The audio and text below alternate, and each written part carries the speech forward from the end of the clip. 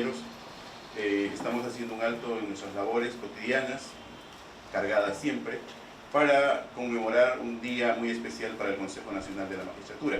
Un día muy especial porque es el grupo humano mayoritario de esta institución. Tenemos la presencia del doctor Alfredo Bular, quien nos acompaña el día de hoy para poder compartir con nosotros sus... Sí, hay una polémica, es Bular, porque es francés, es francés, aunque él es descendiente de ingleses, esas combinaciones que hay en Europa y que a veces acá no tenemos. Pero en todo caso, la más cordial bienvenida a usted para esta... Señor presidente, de repente usted dice dar unas palabras de bienvenida. Por favor, si fuera tan gentil. Hacemos un fuerte aplauso.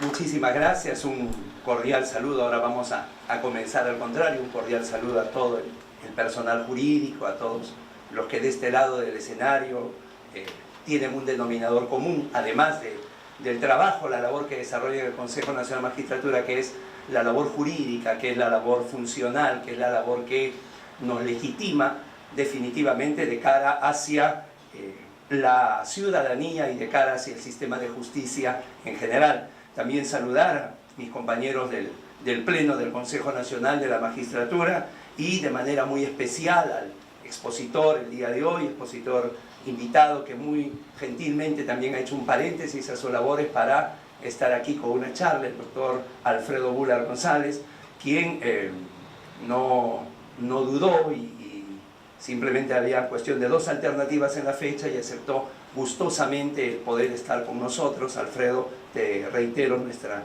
enorme gratitud al respecto. Y por otro lado, estábamos hablando con Carmen Quispe del área de recursos humanos, y nos decía que lo tradicional, lo que siempre se desarrollaba era un almuerzo, ¿no? Para los abogados, y que bueno, se contrataba un lugar de manera exclusiva para que pudiéramos compartir allí. Sin embargo, en esta idea de darle una innovación y darle definitivamente una característica, digamos, más cercana al Día del Abogado que solamente almorzar, pensábamos en una charla magistral que es la que el día de hoy nos convoca, manejando un poco las fechas y adelantándonos a la efemérides que es el 2 de abril. Y pensábamos que debía ser una charla, a lo mejor, siempre, insisto, en la línea de innovación de una persona que haya estado, digamos, fuera del área del Poder Judicial, del Ministerio Público, hasta en general del derecho público, ¿no?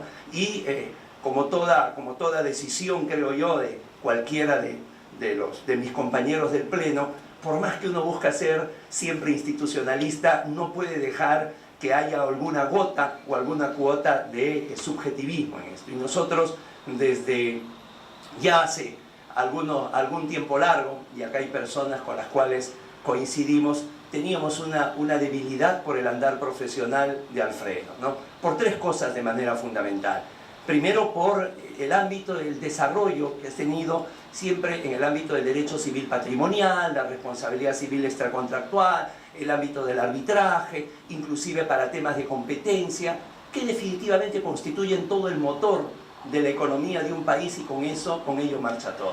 En segundo lugar, porque también ha sido característico en él casi que los títulos de sus libros, desde el primero, cuando establece un versus entre derechos patrimoniales y derechos reales, hasta definitivamente los artículos sabatinos en el diario El Comercio, siempre son, el artículo envuelve desde el título y siempre con algo distinto, algo diferente. Pero fundamentalmente, por la tercera razón que viene siempre la mirada crítica que tiene el doctor Alfredo Bular González sobre todo lo que viene a ser el ámbito público, la estructura pública. Ustedes saben que él trae aquí al Perú el análisis económico del derecho, lo traduce, ese libro que lleva por muchas ediciones, ¿verdad? Derecho y Economía, donde establece algunos despropósitos, sin razones que se dan en el derecho nacional, y que me parece que en una institución como la nuestra, en una institución que permanentemente se le coloca la lupa del ojo censor, de la crítica, somos de aquellas instituciones que muy pocas veces somos aplaudidas, ¿no? Siempre hay una permanente crítica. Me parecía que el mejor homenaje que podíamos darnos era justamente tener una charla de Alfredo Bula. Cuando uno busca, ¿no?, el 2 de abril como efemérides, aparecen tres, ¿no? Para algunos es el día de la concienciación, no es concientización, ¿no? Concienciación del autismo, sobre el autismo. Eso se celebra el 2 de abril por las Naciones Unidas. Para Argentina es un recuerdo más del inicio de la Guerra de las Malvinas, esa guerra tan asimétrica del año 82. Y para el Perú es el Día del Abogado, porque el Colegio de Abogados de Lima ese día lo instituyó en 1952 en recuerdo de Francisco García Calderón, que fue presidente del Perú entre marzo y noviembre de 1881 en plena Guerra del Pacífico, ¿no? Se estableció como el abogado paradigmático, prócer, héroe, fue vejado, maltratado, y a partir de allí se establece el 2 de abril como el Día del Abogado. Y era una suerte conjunción, ¿no? Porque por un lado a veces los abogados nos desarrollamos en un autismo que viene a ser nuestras normas, que viene a ser nuestro bloque de constitucionalidad, legalidad, y a veces no tenemos esa formación que nos permita ir más allá. Y yo creo que ese es el desafío aquí en nuestra institución. Y lo segundo, la Guerra de las Malvinas siempre establece una guerra asimétrica, ¿no? A nadie se le puede ocurrir enfrentar fuerzas entre Argentina e Inglaterra. Y pienso que a veces esa asimetría es la que existe en el derecho, ¿no? Ya somos 140.000 abogados. Y en el año 2021, en el próximo quinquenio, se va a cumplir un centenario ya de la obra de Piero Calamandrei, Troppi Avvocati. Ya él hace 100 años decía que éramos demasiados abogados para un mundo como el europeo. Miren cómo será para un mundo como el nuestro. Creo que este Día del Abogado, cada 2 de abril, es un momento no solamente de alegría, seguramente de confraternidad, pero un momento para reflexionar sobre la gran responsabilidad que tenemos como abogados, como juristas, en cada uno de nuestros quehaceres, pero sobre todo aquí, en el Consejo Nacional de la Magistratura, donde no tenemos ningún margen de error. Entonces, vaya estas palabras de bienvenida a Alfredo una vez más, y a todos ustedes un cordial saludo para que este 2 de abril, nuevamente, que es nuestro cumpleaños profesional, se haga una reflexión sobre nuestra trascendencia y responsabilidad profesional, y al mismo tiempo también para renovar nuestro compromiso para con el derecho y para con el país. Alfredo, nuevamente bienvenido, y a todos ustedes muchas gracias por su presencia. Permiso.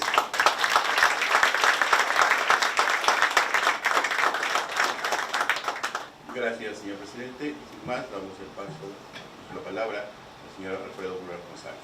Señor.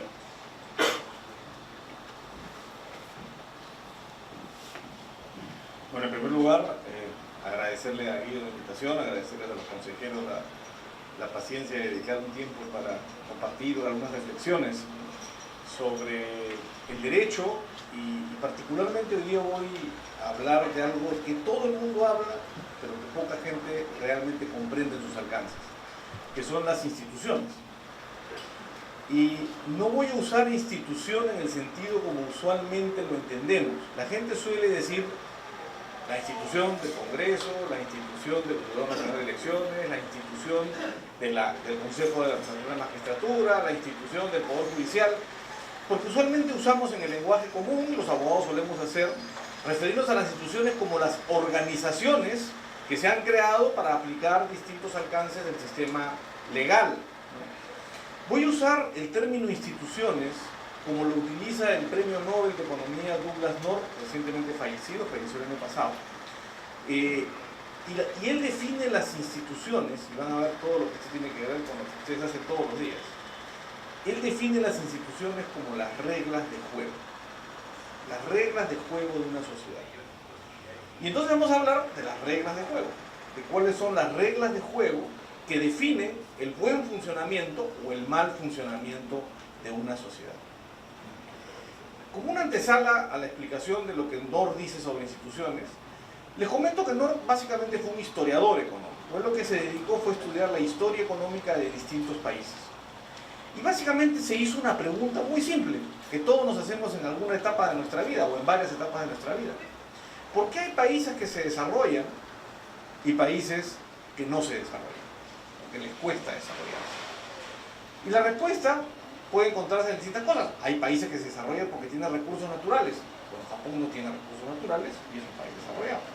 Hay países que se desarrollan por su ubicación geográfica. No es cierto, porque hay países que están en un lugar del mundo y otros que están en las antípodas y son desarrollados. Hay países que se desarrollan porque la raza de las personas es distinta. Tampoco es cierto, porque hay países desarrollados de todos los orígenes.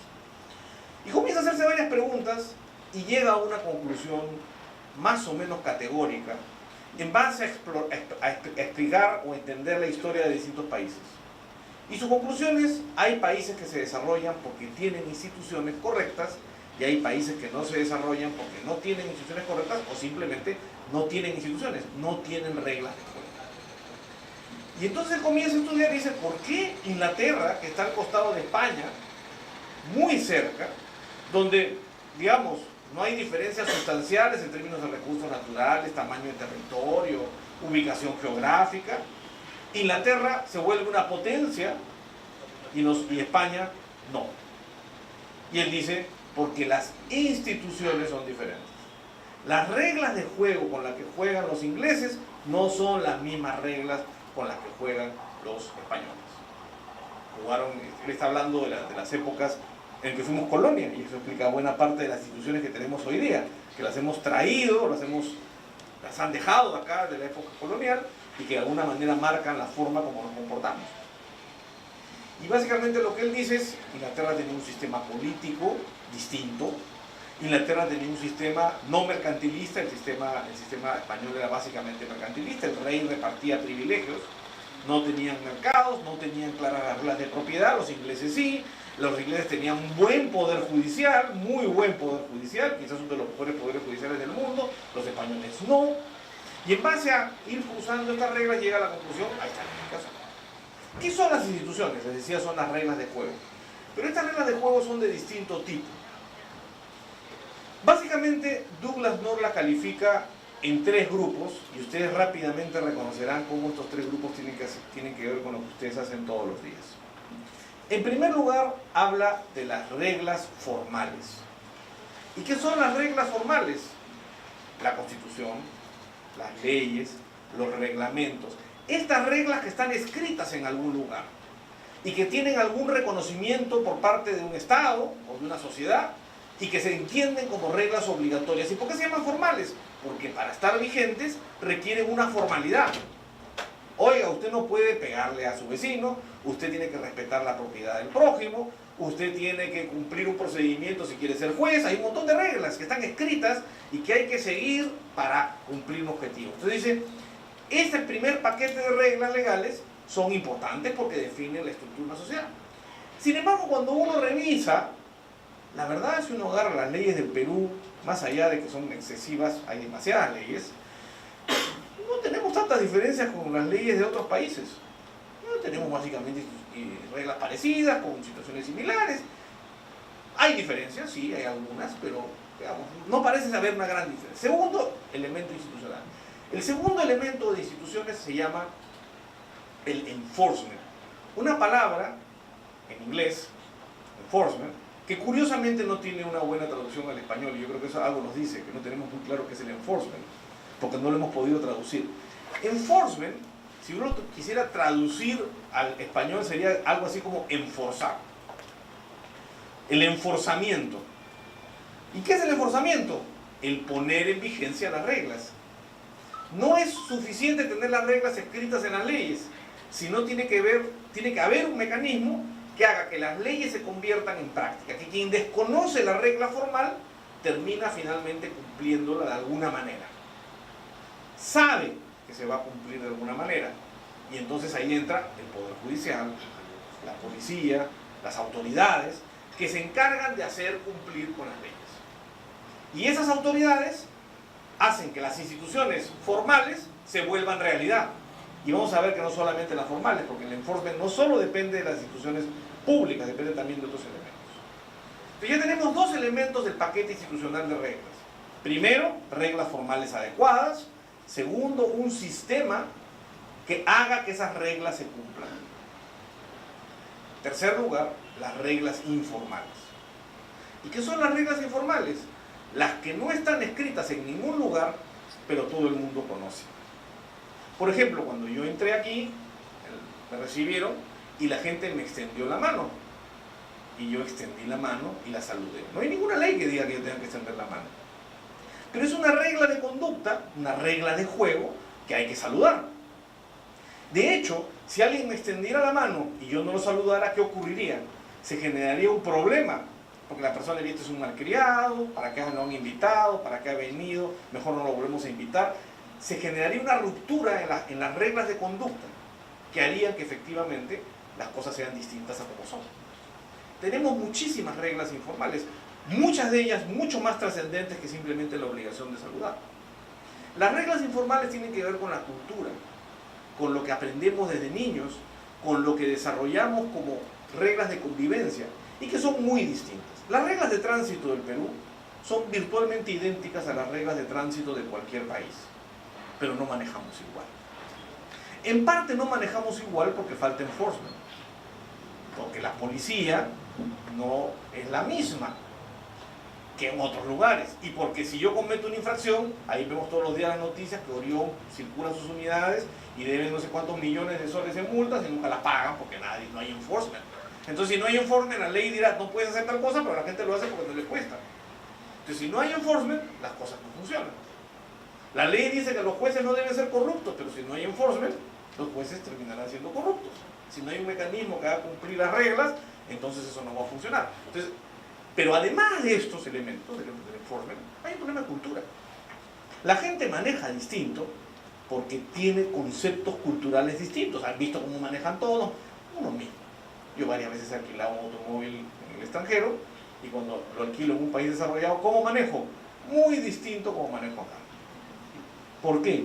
Porque automáticamente soy empapado por una cultura, porque veo cómo se comporta la gente, y hay una serie de reglas informales que no se pueden recoger en una ley y que son sumamente importantes, y según no son importantísimas, ¿no? Por ejemplo, la puntualidad. Les puedo apostar que no encuentran un país desarrollado donde la gente sea impuntual. Y les puedo asegurar que les costará mucho encontrar un país subdesarrollado donde la gente sea puntual. La puntualidad no está en la ley. No hay normas que nos obliguen a ser puntuales. Hay una cultura de puntualidad, hay una regla no escrita, informal, que hace que la gente sea puntual. Y fíjense, la puntualidad tiene un impacto importante en la conducta de todos, porque ahorra algo muy valioso que es el tiempo. Y entonces esas sociedades donde la gente es puntual, el tiempo se usa de manera más eficiente y más adecuada, porque hay reglas informales. Y hay reglas informales notables y notorias en todos los países de distinto tipo, pero hay algunas que son más consistentes con el desarrollo que otras. Por ejemplo, yo recuerdo una vez que venía manejando mi automóvil en Estados Unidos, yo estaba estudiando mi maestría allá y me había comprado un carrito para irme a comprar y para ir a hacer algunas cosas, y llego a un semáforo, cosa extraña en Estados Unidos, malogrado. Entonces, ¿qué hago? Lo que mis reglas informales peruanas dicen que hay que hacer. ¿Qué hacen ustedes cuando un semáforo está malogrado? Uno ve al carro que tiene delante y le pega el parachoque lo más posible, ¿no es cierto? Porque sabe que si se abre un pequeño espacio, una combi va a entrar por el costado y te va a quitar el pase, ¿no es cierto? Entonces, como sabe que eso va a pasar, el juego es meterlo más pegado y no importa que con eso bloquees al del costado. No, hay que pasar. Y entonces todos nos comportamos de esa manera, y yo hice exactamente eso. Pasé pegadito al de adelante y feliz, y ahí me doy cuenta que los americanos que estaban ahí en sus carros comienzan a hacer gestos groseros contra mí y a gritarme cosas extrañas, porque los americanos en general son bastante tranquilos para eso, pero me comienzan a mostrar su claro desagrado y yo no entendía. Dice, pero ¿qué cosa he hecho? Cuando llego a la casa de un amigo argentino, que era donde me dirigía, le cuento el incidente y le digo que no lo entiendo, y me dice, no pues, es que así no es. Aquí en Estados Unidos, si tú llegas a una intersección y hay un semáforo mal logrado, la regla es la siguiente: pasa uno de un lado, pasa uno del otro lado, pasa uno de un lado, pasa uno del otro lado, no pasan dos juntos. Y yo le digo, oye, pero yo acabo de dar mi examen de peribete acá y en el código de tránsito no hay esa regla. No, eso acá no existe en el código, pero existe en la conciencia de todo el mundo sabe que existe.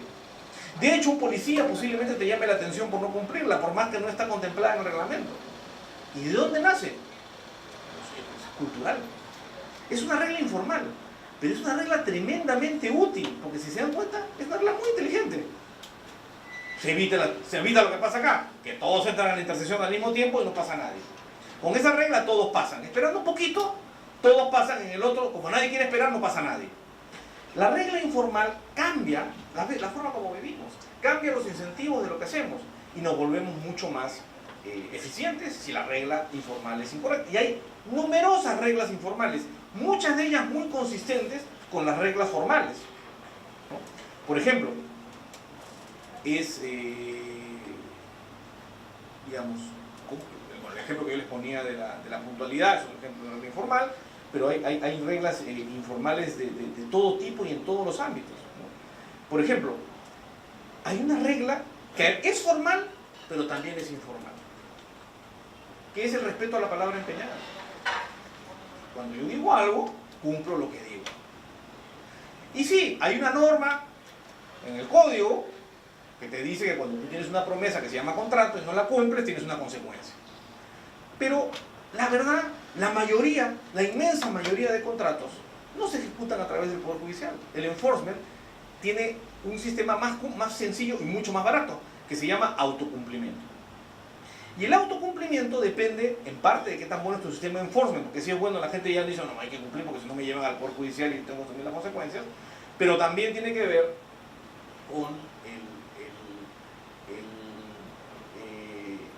con la cultura. La gente siente. North cuenta en su libro que una vez él estaba en Nueva York en la casa de una tienda de un joyero y entró otro joyero, ¿no?, con una bolsa de joyas. Y entonces el otro miró rápidamente las joyas con su, no sé cómo se llama, este telescopio que se pone en el ojo, con un monóculo, una cosa parecida, y dijo, acá hay $3 millones en joyas. 3 millones, ¿ah? Una bolsita. Dice que le apuntó un papelito en una servilleta, te debo $1 millón, o te debo $3 millones. Y él miró y dijo, una servilleta, ni siquiera está firmada. ¿Y cómo van a cumplir? Y entonces le dice, no va a cumplir. Él va a cumplir su palabra. No requiere un contrato, porque la gente cumple simplemente porque sabe que tiene que cumplir. Acá se ven fenómenos parecidos. Váyanse un día al muelle de pescadores, cuando salen los pescadores. El pescador agarra el pescado y se lo entrega a otra persona sin ningún contrato. ¿Cómo sabe que le van a pagar? Porque hay una regla que se va a respetar la palabra empeñada, y entonces funciona. En el Perú no todo el mundo incumple los contratos. O sea, efectivamente hay situaciones en las cuales, si un documento, la gente no cumple porque piensa que hay un contrato, porque hay regla formal. La gente cumple porque la regla informal también tiene sanciones. Sanción social, sanción cultural, sanción de muchos tipos. La gente siente que tiene que convivir, tiene que sentirse bien con los demás y cumple su palabra. De hecho, lo que North dice es, el mejor sistema es aquel donde las reglas de juego se cumplen por autocumplimiento. La gente no requiere del Poder Judicial o de la policía o de la autoridad para cumplir las reglas. Las cumple motu propio. Ya sé que el ejemplo no es oportuno porque ayer fue el partido de fútbol, pero es muy parecido a como ocurre en el fútbol. En el fútbol hay reglas formales. Definen la cancha, definen que si yo pateo a un jugador es un foul, que si lo pateo dentro del área es un penal, definen qué cosa es un gol, qué parte de hay un montón de reglas en el reglamento. Es un reglamento relativamente complejo. ¿Es suficiente el reglamento para que el partido funcione? Cuando usted juega una pichanga, supuestamente se aplica ese reglamento y uno ve un partido un poco feo, digamos, y discusión. Requieren además alguien, un árbitro, enforcement. Alguien que defina cómo se aplica la regla formal. Y entonces uno dice, bueno, ya tenemos entonces un partido de fútbol, ¿se va a jugar bien? No, no es suficiente. Porque todos los países del mundo tenemos las mismas reglas del fútbol y tenemos árbitros. Y no jugamos igual, si no vean lo que pasó ayer o lo que pasó el otro día con Venezuela. ¿Por qué no jugamos igual? Porque hay un montón de reglas no escritas que son importantes para jugar fútbol.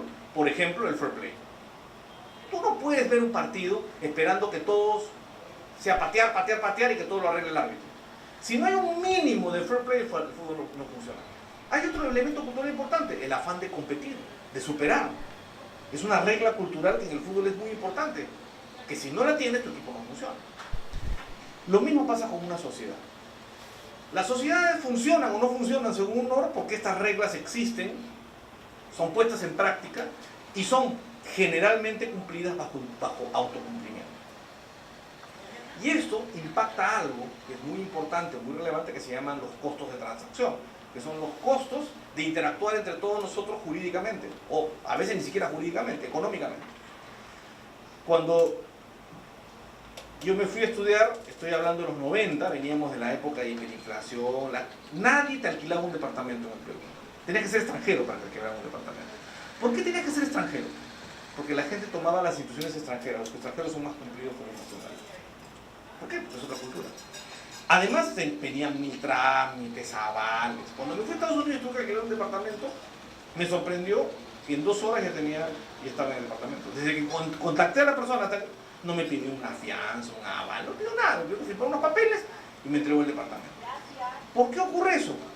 Porque en Estados Unidos, cuando el inquilino se va, no se lleva las luces, el water, los zócalos, etc. Porque hay un sistema de enforcement y hay una cultura además que conduce a que la gente respete las reglas. En nuestro país eso es mucho más débil. Y en nuestro país, afortunadamente, esto ha ido cambiando. En los últimos 20 años yo diría que ha habido cambios institucionales importantes. No tenemos todavía las instituciones de un país desarrollado, pero hemos avanzado bastante para salir de tener las instituciones de un país subdesarrollado. Recordarán ustedes este programa Risas y Salsa, donde había un personaje que se llamaba Papá. Pienso yo, Papá, que era Chuyman, ¿no? ¿Y cuál era el mérito de este personaje? Ser un criollazo. Bueno, la criollada es parte de las instituciones de un país. Un país que valora ser un criollo, y ser criollazo era un valor bien visto. Todavía es bien visto por algunas personas. Es decir, sacarle la vuelta a las reglas, no cumplir las cosas, ver cómo le saco el mayor partido posible al otro, era una regla bien vista. Y uno se decía, mira, conmigo, yo la sé, pero yo soy un criollazo. Y era bien visto. Todavía pasa, pero hoy día creo que hemos cambiado bastante. Hoy día ya no vemos tan bien esa conducta. Hemos tenido un cambio institucional cultural. Y es bien interesante, eso se refleja en las encuestas. Si ustedes agarran encuestas de hace 25 años y veían qué cosa consideraban los peruanos la principal razón del éxito, la principal razón del éxito, ¿cuál creen que era? La vara. El tener vara era las relaciones, conocer a la persona, saber con quién hablar. Esa era la principal razón del éxito. La segunda, ¿cuál era? La herencia. Tu papá le dejó plata, por eso es exitoso. La tercera no me acuerdo cuál era, la verdad. La cuarta era el trabajo. O sea, trabajar era la cuarta razón del éxito.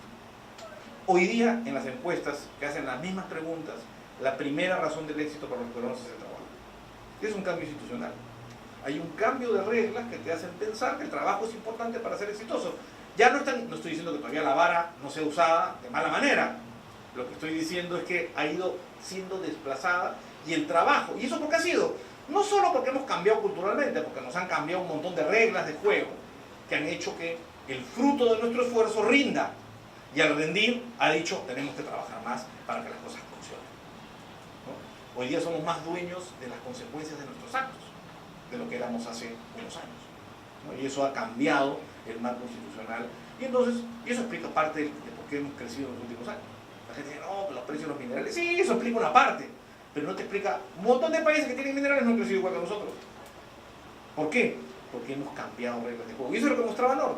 Estas reglas de juego, estas instituciones, tienen un impacto importante en el desarrollo, en cómo una sociedad cambia, en eso que llamamos crecimiento del PBI, o en eso que llamamos bienestar, tienen un importante efecto.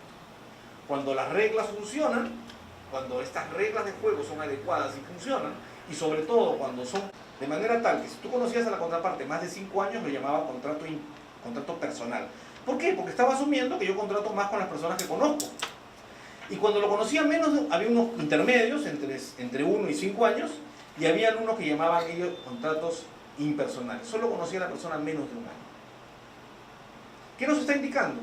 Si lo conozco menos de 1 año, parece que no contrato porque confío en él, sino porque confío en las instituciones. Yo sé que si él no cumple con entregarme el bien o no cumple con pagar el crédito, me voy al Poder Judicial, que es impersonal, y ese va a hacerle cumplir. En cambio, si el Poder Judicial no funciona, porque la institución no funciona, la institucionalidad no funciona, ¿qué hago? Me pido prestada plata o le presto plata solo a mi amigo, a mi pariente, a mi hermano. Y bien interesante, ¿cuántos contratos impersonales había? Poquísimos, 19%. Gente que conocía menos de un año. ¿Cuántos estaban en otra categoría? Más del 80%.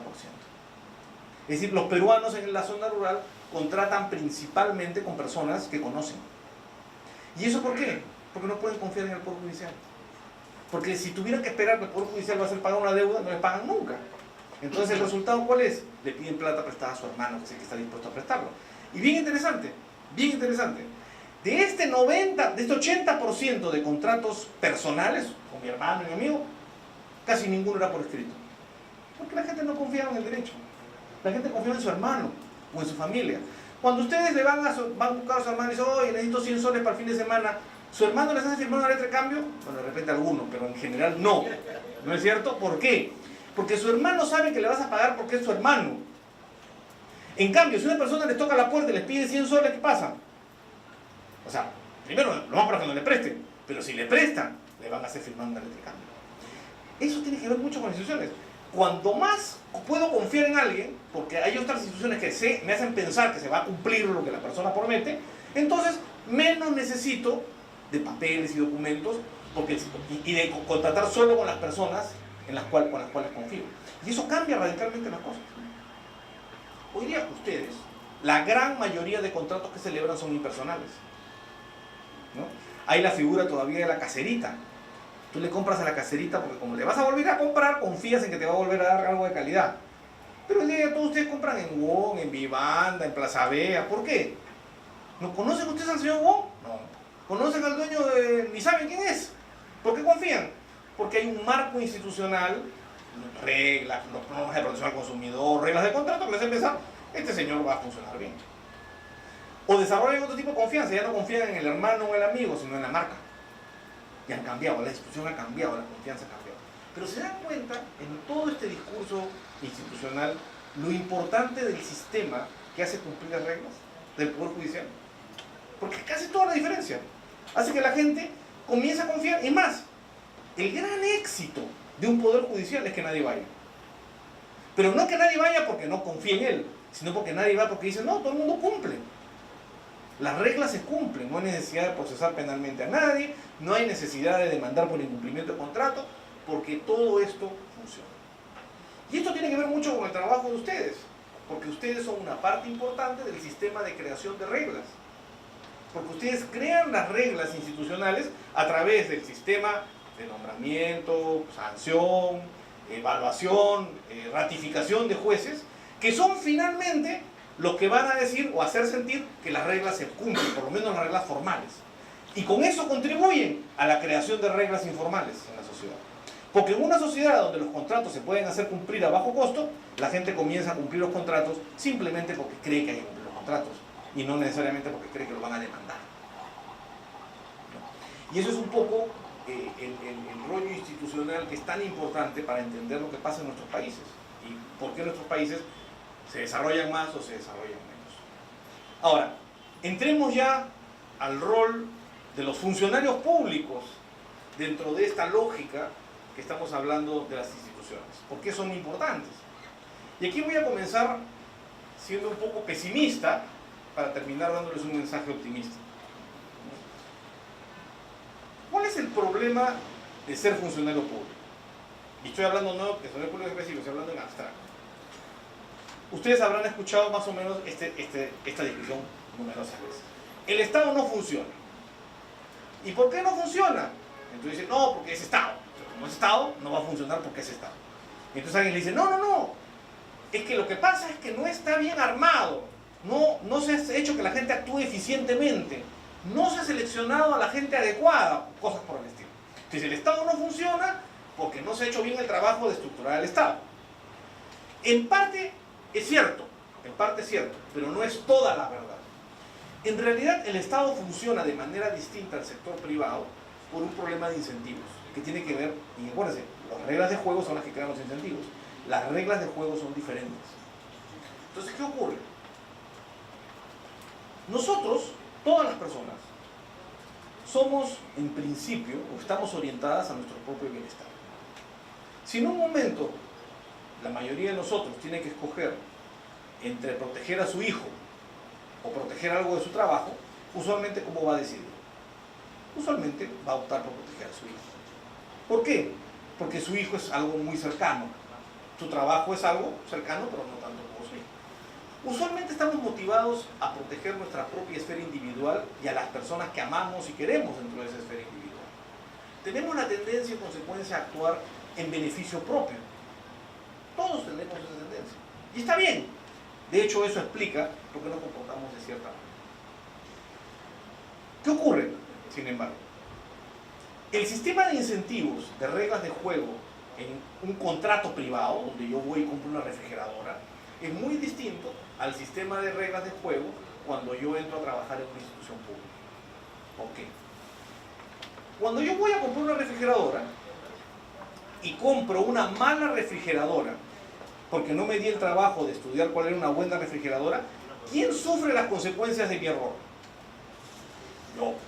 Si yo compro una refrigeradora que no congela porque compré una marca chancho, entonces la consecuencia de que no congele proviene de mi propia decisión y recae en mí mismo o en mi familia, que me va a reclamar por no hacerlo. En consecuencia, tengo un incentivo para buscar mejores refrigeradoras o cuidar mejor mi dinero sobre qué refrigeradoras compro. Y lo mismo pasa con carros, servicios, viajes. Por supuesto que siempre habrá problemas, pero en general tengo todos los incentivos porque los costos de lo que yo hago recaen en mí. Pero ¿qué pasa cuando soy funcionario público?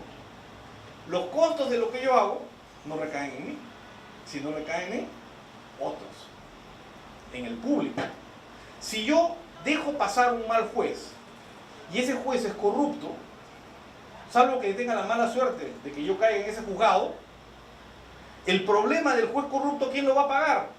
Alguien totalmente distinto. El público que tiene que litigar en ese juzgado. O un juez incompetente, o un juez que no tiene conocimientos o no estudió suficiente, etc. El problema es que, claro, yo tengo mucho más incentivos para invertir tiempo en comprar una refrigeradora que en escoger un buen juez. Esto no quiere decir que no pueda crear los incentivos para tomar una buena decisión. Lo que digo es que el sistema, cuando yo estoy en lo público, mis decisiones impactan directamente en otras personas, que no soy yo. Y esto pasa en toda la actividad pública, ¿no? La municipalidad, el alcalde que toma la decisión de recortar los gastos de limpieza o contrata una mala empresa de limpieza, sí, si vive en el distrito sufrirá parte de las consecuencias, pero sufre un pedacito, la cochinada que hay en su calle. Pero todos los vecinos sufren la consecuencia de su decisión.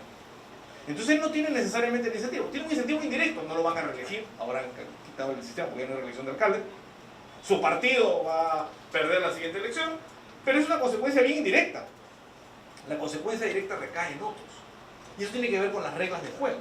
Las reglas de juego hacen que los funcionarios públicos, o sea, el día que un funcionario público aparece su nombramiento en el peruano, no es que ese día bajó el Espíritu Santo y se convirtió en un hombre orientado a lo público. Él sigue teniendo amigos, problemas económicos, que va a tener que atender. Y eso explica por qué puede producirse un problema de corrupción. Porque en el momento que yo tengo que escoger y tomar la decisión correcta para el público, por recibir una cantidad de dinero, mucha gente escoge recibir una cantidad de dinero. Está vendiendo una decisión, pero lo peor de todo es que vende una decisión que no le impacta a él, sino que impacta a otros. Es lo que pasa con un juez corrupto. El juez recibe el dinero y le quita a alguien lo que le corresponde, su derecho, porque recibió dinero. Y ese es un primer. Y ojo, y este problema no se presenta solo con corrupción, se presenta a veces, y eso tiene que ver con esta figura que a veces tenemos de los funcionarios públicos, que se demoran más decides, etc., porque los sistemas de incentivos no funcionan tan bien. Los beneficios no recaen directamente con ellos. Evidentemente, un buen sistema de administración pública tiene incentivos que tratan de corregir ese problema. Por ejemplo, tienen línea de carrera, tienen incentivos predecibles, ¿no? Tienen bonos por productividad para los funcionarios que son más eficaces, tienen la posibilidad de aumentos, pero todo esto también manejado por un sistema público, eso suele ser un sistema imperfecto. El segundo problema que tiene un funcionario público es que cuando yo voy a comprar un refrigerador, esto es lo que le pasó a la Unión Soviética, cuando yo voy a comprar un refrigerador, yo conozco cuánta comida como, yo conozco el tamaño de mi cocina, yo conozco el color de mi cocina, yo conozco cuánto estoy dispuesto a pagar por electricidad. En consecuencia, voy a elegir un refrigerador que satisfaga mejor la combinación de toda la información que yo tengo sobre qué refrigerador es bueno para mí. Pero cuando yo tengo que decidir sobre lo que hace otro, sobre algo que impacta en otro, no tengo la misma información. Imagínense que a un funcionario público le encargaran escoger la refrigeradora para la casa de las personas. ¿Cómo hace para tomar una decisión correcta? La Unión Soviética creía que podía hacer eso, pero es que todo el sistema productivo era un sistema estatal. Y fracasó, colapsó. Porque no sabía ni cuánto producir, ni cómo producir, y todo lo que producía era de mala calidad y a la gente no le gustaba. El sistema que nosotros llamamos de mercado para efecto de los bienes privados funciona bastante mejor, porque no solamente hay un problema de yo decido y los costos no los asumo, sino también un problema de información. Yo no tengo la misma información de quien decide. Eso explica, en parte, cómo el mercado ha generado sistemas alternativos a lo que ustedes protegen, que es el sistema judicial. El arbitraje es finalmente un sistema contractual donde la gente escoge árbitros de manera tal que si tú conocías a la contraparte más de 5 años, lo llamaban contrato personal. ¿Por qué? Porque estaba asumiendo que yo contrato más con las personas que conozco. Y cuando lo conocía menos, había unos intermedios entre 1 y 5 años, y había unos que llamaban ellos contratos impersonales. Solo conocía a la persona menos de un año. ¿Qué nos está indicando? Si lo conozco menos de un año, parece que no contrato porque confío en él, sino porque confío en las instituciones.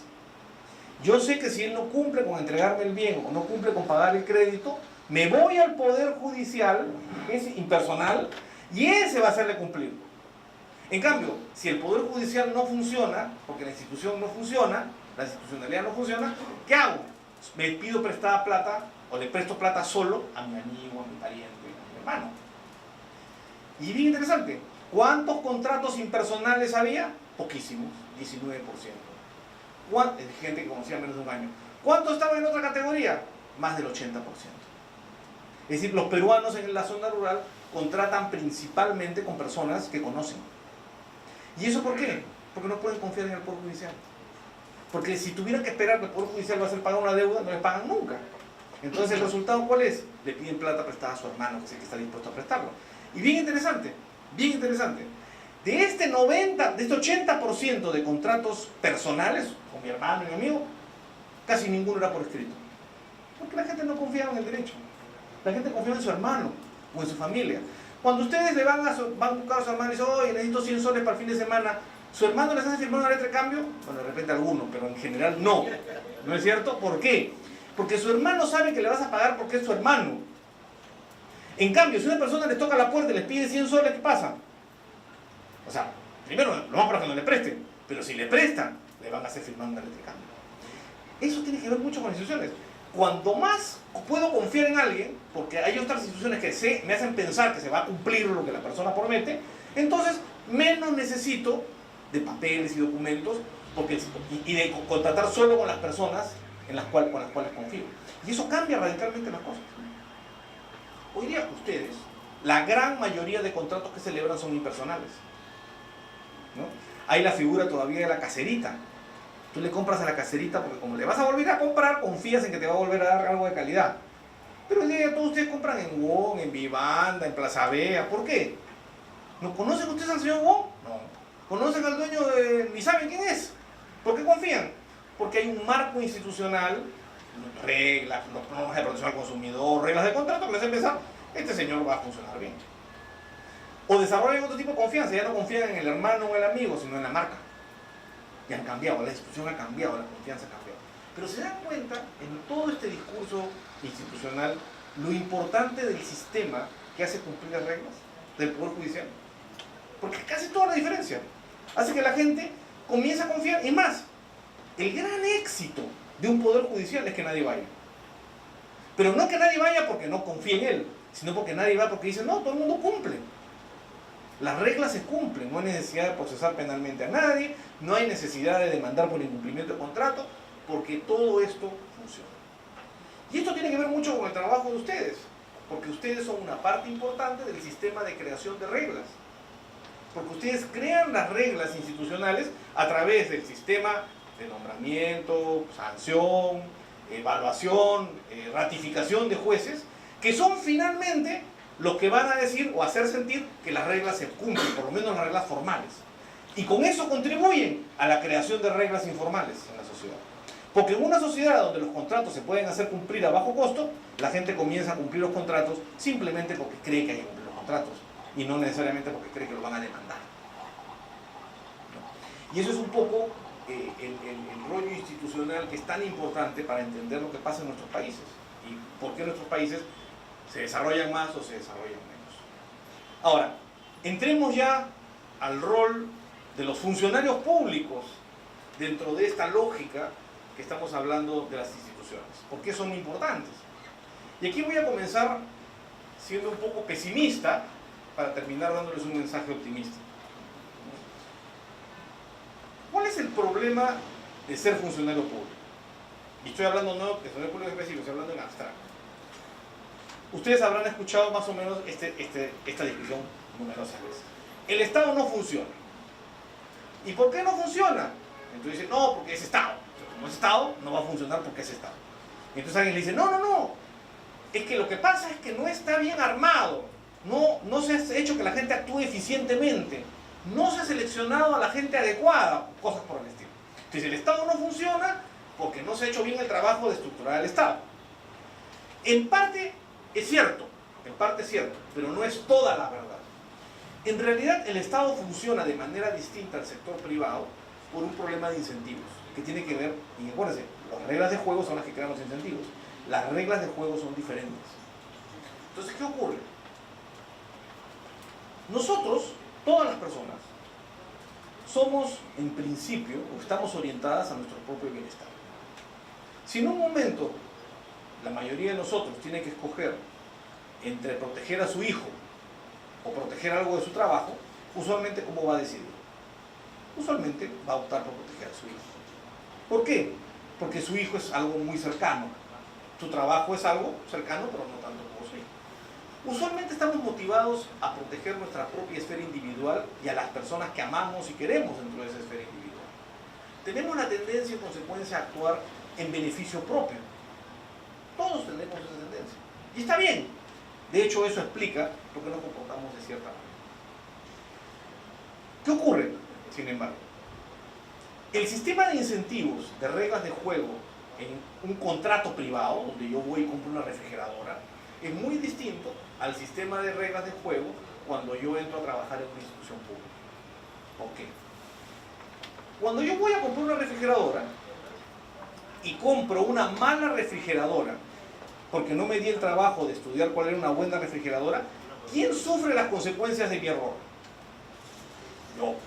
Si yo compro una refrigeradora que no congela porque compré una marca chancho, entonces la consecuencia de que no congele proviene de mi propia decisión y recae en mí mismo o en mi familia, que me va a reclamar por no hacerlo. En consecuencia tengo un incentivo para buscar mejores refrigeradoras o cuidar mejor mi dinero sobre qué refrigeradoras compro. Y lo mismo pasa con carros, servicios, viajes. Por supuesto que siempre habrá problemas, pero en general tengo todos los incentivos porque los costos de lo que yo hago recaen en mí. Pero ¿qué pasa cuando soy funcionario público? Los costos de lo que yo hago no recaen en mí, sino recaen en otros, en el público. Si yo dejo pasar un mal juez y ese juez es corrupto, salvo que tenga la mala suerte de que yo caiga en ese juzgado, el problema del juez corrupto, ¿quién lo va a pagar? Alguien totalmente distinto.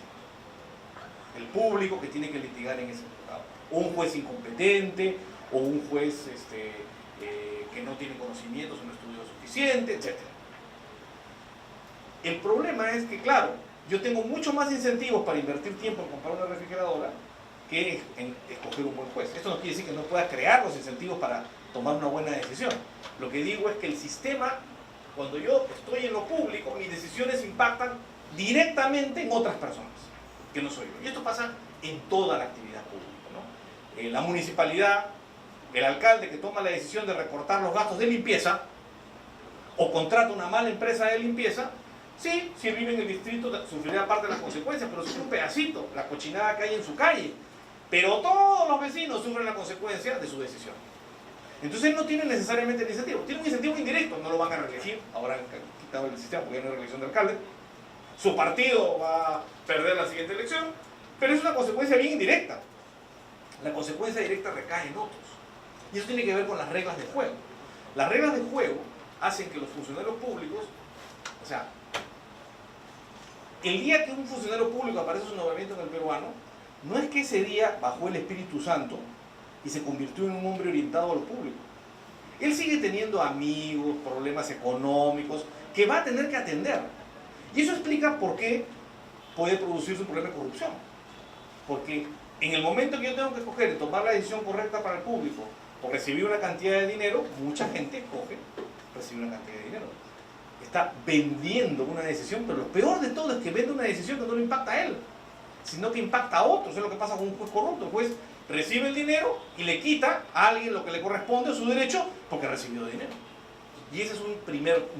Y ojo, y este problema no se presenta solo con corrupción, se presenta a veces, y eso tiene que ver con esta figura que a veces tenemos de los funcionarios públicos, que se demoran más de sí, etcétera, porque los sistemas de incentivos no funcionan tan bien. Los beneficios no recaen directamente con ellos. Evidentemente, un buen sistema de administración pública tiene incentivos que tratan de corregir ese problema. Por ejemplo, tienen línea de carrera, tienen incentivos predecibles, ¿no? Tienen bonos por productividad para los funcionarios que son más eficaces, tienen la posibilidad de aumento, pero todo esto también manejado por un sistema público, eso suele ser un sistema imperfecto. El segundo problema que tiene un funcionario público es que cuando yo voy a comprar un refrigerador, esto es lo que le pasó a la Unión Soviética, cuando yo voy a comprar un refrigerador, yo conozco cuánta comida como, yo conozco el tamaño de mi cocina, yo conozco el color de mi cocina, yo conozco cuánto estoy dispuesto a pagar por electricidad. En consecuencia, voy a elegir un refrigerador que satisfaga mejor la combinación de toda la información que yo tengo sobre qué refrigerador es bueno para mí. Pero cuando yo tengo que decidir sobre lo que hace otro, sobre algo que impacta en otro, no tengo la misma información. Imagínense que a un funcionario público le encargaran escoger la refrigeradora para la casa de las personas. ¿Cómo hace para tomar una decisión correcta? La Unión Soviética creía que podía hacer eso, pero es que todo el sistema productivo era un sistema estatal. Y fracasó, colapsó. Porque no sabía ni cuánto producir, ni cómo producir, y todo lo que producía era de mala calidad y a la gente no le gustaba. El sistema que nosotros llamamos de mercado para efecto de los bienes privados funciona bastante mejor, porque no solamente hay un problema de yo decido y los costos no los asumo, sino también un problema de información. Yo no tengo la misma información de quien decide. Eso explica, en parte, cómo el mercado ha generado sistemas alternativos a lo que ustedes protegen, que es el sistema judicial. El arbitraje es finalmente un sistema contractual donde la gente escoge árbitros adecuados para su fin. Ya sé que hay toda una serie de problemas como los Orellanas, la UNDE, pero eso es, si uno ve el número de casos son marginales. En todos los mercados hay problemas, también hay estafadores en la venta de refrigeradoras. Pero son un problema mucho más reducido en términos masivos del problema que a veces uno encuentra en los sistemas como el Poder Judicial. Tiene un problema mucho más generalizado y mucho más difícil de manejar. Y todo esto, yo les decía, es un mensaje aparentemente negativo. Casi les estoy diciendo, miren, cuando ustedes trabajan, ustedes no tienen los incentivos correctos para hacer bien su trabajo. Y acá yo creo que viene, y retomo lo que dice Douglas North. Evidentemente vamos a mejorar conforme las normas mejoren, las normas formales. Efectivamente, si tengo mejores leyes, si las leyes son mejor aplicadas, los incentivos a los funcionarios van a mejorar y van a hacer mejor las cosas. Pero quiero concentrarme en lo último que decía Douglas North, en las reglas informales, en la cultura. Y es que está demostrado que instituciones públicas con marcos formales inadecuados pueden funcionar muy bien si tienen reglas informales adecuadas, motivacionales, donde la gente se siente parte de un equipo y es consciente de que lograr éxitos es bueno para todos. Por ejemplo, hay instituciones públicas que tienen en su planeamiento figurar en las encuestas como la mejor institución pública del país. Y consiguen transmitir la motivación a todo el equipo de que ese es un fin. Y cuando consiguen el fin, todos festejan y ya está bueno para la gente, pero lo importante es la sensación de éxito de conseguir que eso ocurra. Yo recuerdo cuando trabajaba en Indecopi, nos poníamos eso como una meta y básicamente la cumplíamos. Siempre estábamos entre las tres primeras. Y eso motivaba mucho a la gente. Evidentemente, el ser consciente de la importancia del rol que tienen, y el rol de ustedes es esencial. Yo creo que no van a encontrar ustedes ningún ejemplo en el mundo de un país desarrollado con un poder judicial mediocre. No van a encontrar. Habrá unos mejores que otros, pero no van a encontrar. Singapur tiene supuestamente el mejor poder judicial del mundo, tiene un proceso de selección muy exigente. Claro, tienen otras diferencias. El presidente de la Corte Suprema de Singapur gana $3 millones al año. Entonces, bueno, hay incentivos que funcionan bastante mejor que los que funcionan acá, ¿no? Y claro, el presidente de la Corte Suprema de Singapur es uno de los mejores jueces del mundo. No solo por lo que le pagan, sino porque el sistema crea los incentivos correctos y hay una mística que hace que las cosas funcionen. ¿Y esto qué significa? Que una institución tiene que tener claro su objetivo. Y tiene que tener claro su objetivo en términos de qué tengo que conseguir. Y no tiene que conseguir... A veces nos perdemos en el micro. O sea, no en el micro del microbús, sino en lo micro, en lo pequeño, ¿no? Nos perdemos en el casito. Pero la meta real de una institución, de una organización que quiere crear un marco institucional adecuado, es, sin perjuicio de no descuidar el casito, pensar en el objetivo mayor. O sea, una meta, por ejemplo, no lo sé, habría que pensarlo, pero una meta podría ser mejorar o contribuir a mejorar la percepción del Poder Judicial, que no depende solo de ustedes, porque depende también del Poder Judicial, y depende de otras instituciones del Estado, depende también del Ministerio de Economía, depende de muchas instituciones, porque todas tienen algún nivel de influencia, pero por lo menos mejorar la percepción de la propia institución, y ponerlo como una meta institucional donde todos se sientan satisfechos de haberlo conseguido, porque hay una cultura interna que hace que las reglas informales contribuyan a mejorar que las cosas funcionen. Uno de los problemas que tiene la selección peruana de fútbol es que no tiene instituciones. O sea, es institucionalmente pobre. Tiene instituciones formales, tiene informes, pero no tiene cultura. O sea, los jugadores viven en un mundo donde los incentivos no funcionan. Y como no funcionan, tenemos los jugadores que tenemos. Pues, no es una casualidad que los alemanes sean uno de los mejores equipos del mundo. ¿Por qué? La cultura alemana es muy disciplinada, muy orientada al cumplimiento de metas. Y eso contribuye a que siempre están peleando los 4 primeros lugares del mundial. Brasil lo pelea por otras razones, pero y ahora último lo ha ido muy mal porque creo que tiene un problema institucional que está afectando. Pero eso es, las instituciones son, no voy a decir que son todo, porque no son todo, pero son esenciales para entender cómo funciona nuestra sociedad, cómo funcionan las reglas que tenemos que aplicar. En el fondo todo tiene que ver con la creación de estas reglas y con el cumplimiento de estas reglas. Y una institución como el Consejo tiene un rol esencial. Les decía hace un momento que no hay país desarrollado del mundo que no tenga un buen poder judicial. Cuando hablo de poder judicial me refiero también a un buen ministerio público, un buen sistema en general de enforcement. Sin enforcement, las reglas formales no sirven para nada. Todo lo que se puede hacer en el Congreso, por más bueno que sea, no funciona si el enforcement no funciona. Y esto significa orientarse mucho a que ese cumplimiento de metas se dé. Eso tiene que ver con los criterios para seleccionar jueces, para evaluar a los jueces. Evaluar jueces que vayan a desarrollar una función adecuada en la sociedad, que entiendan, por ejemplo, los impactos económicos de sus decisiones. Que no es fácil, Porque, y ustedes lo sabrán por experiencia, el que yo tenga títulos universitarios, maestrías, doctorados o una carrera no te asegura que vas a ser un buen juez. O un buen magistrado en general. Hay una serie de otros elementos esenciales. Yo creo que los jueces necesitan, y yo creo que eso es algo que habría que pensar cómo conseguirlo, una buena dosis de realismo o de realidad. Porque los jueces resuelven problemas legales. Los jueces no resuelven problemas de Cinecineo o Carneluti o no sé quién tenía la razón. Eso la verdad no resuelve el problema de una madre que quiere pedir alimentos a su hijo o una persona que quiere que se cumpla un contrato. El juez tiene que resolver el problema concreto y entender los incentivos que están detrás del sistema, de cómo ocurren. ¿Por qué hay tantos accidentes con las combis? Ustedes dirán, porque los choferes son unos salvajes. Ya, yo les contestaré, pero en otros países no son salvajes, manejan razonablemente bien. Ustedes me dirán, no, porque las leyes no son muy buenas. Sí, efectivamente hay un problema legal que permite un acceso demasiado fácil a tener una combi, pero no es el único problema. Ustedes dirán, no, porque la policía no aplica multas. Pero yo me atrevería a decir que uno de los principales causantes de los accidentes son los jueces. Porque si cada vez que hay un accidente la gente tuviera que pagar el costo real del daño que ha causado, habría mucho menos accidentes de los que hay. Y si eso se ejecutara de manera efectiva, habría mucho menos accidentes de los que hay. Pero no pasa.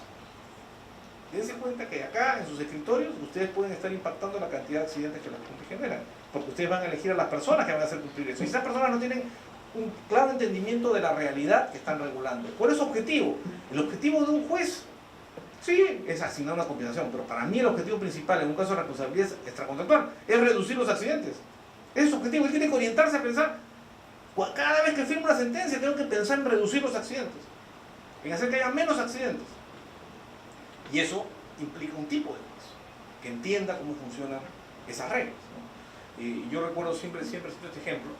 Es un ejemplo medio chocante, pero que te muestra a veces que un juez tiene que tener una visión un poco más abierta a los impactos reales que los incentivos crean. Un buen amigo mío, un economista español, hizo una vez un trabajo muy interesante de investigación con los jueces. ¿Qué hacía? Les ponía un caso ficticio. El caso era este. Una viuda que tenía 7 hijos estaba ocupando un inmueble alquilado. Y entonces la viuda de pronto no pudo pagar la alquiler. Entonces el propietario inició un procedimiento de lanzamiento. Y cuando ya llegaba a la última etapa y se tenía que dictar ya la sentencia, le ponían al juez, advertía, hay un problema formal, un tema procesal, con el cual usted podría, dando una cierta interpretación a la norma, anular todo lo actuado y dejar a la viuda 2 años más en la casa porque tenía que iniciarse todo de nuevo. Y la pregunta era, ¿lo haría o no lo haría? Entonces, la gran mayoría de jueces dijeron que sí lo haría. Era un tema interpretable además, o sea, no era que era blanco o negro, o sea, era un gris. La gran mayoría de jueces lo hizo. Unos pocos dijo que no lo haría. Cuando le preguntaron las razones, y acá lo interesante es las razones de lo que no lo hicieron, hubo uno que contestó algo que en mi opinión tiene bastante sentido. Él decía, si yo dejo a la viuda en la casa por 2 años más, voy a perjudicar a las viudas con hijos. ¿Cómo va a perjudicar a las viudas sin hijos? Si finalmente la viuda es lanzada, ¿cómo va a decir que eso le beneficia a las viudas? Y su respuesta fue, porque si yo dijera que los jueces protegemos a las viudas con hijos, solo porque son viudas con hijos, nadie alquilaría a las viudas con hijos. Por eso alquilarían mucho más caro. Porque hay un impacto. Si el mensaje, si la regla institucional es esa, la forma como los propietarios se van a comportar va a ser totalmente distinta. Van a cambiar su forma de pensar. Se construirán menos casas dedicadas a ese mercado determinado, que es atender personas de bajos ingresos. Y eso es algo, puede ser correcto o puede ser equivocado mi análisis, o el análisis de este juez. A lo que voy es, necesitamos jueces con capacidad de hacerse esas preguntas y de entender que no es solo un tema de mera aplicación de la ley, sino en cómo se interpreta la ley. Y para entender cómo interpretar la ley hay que entender cómo funciona la realidad. En pocas palabras necesitamos jueces que entiendan, no que sean economistas, pero que entiendan problemas sociales, problemas económicos, los problemas que no son solamente jurídicos, porque no solo de derecho vive el hombre. Bueno, muchísimas gracias, les agradezco su atención y quedo a su disposición para cualquier pregunta.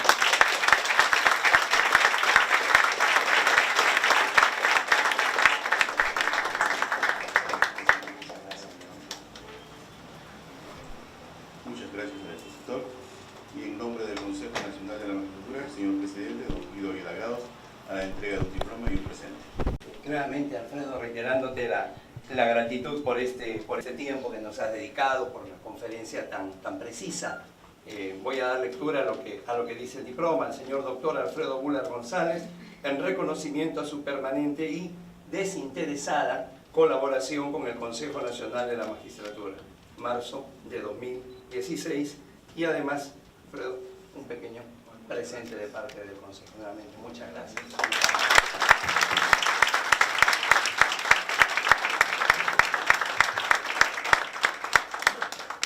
Con la venia del señor presidente, damos por concluida esta ceremonia e invitamos a todos a un brindis en honor a ustedes y la entrega de unos pequeños presentes. Gracias, muy buenas tardes.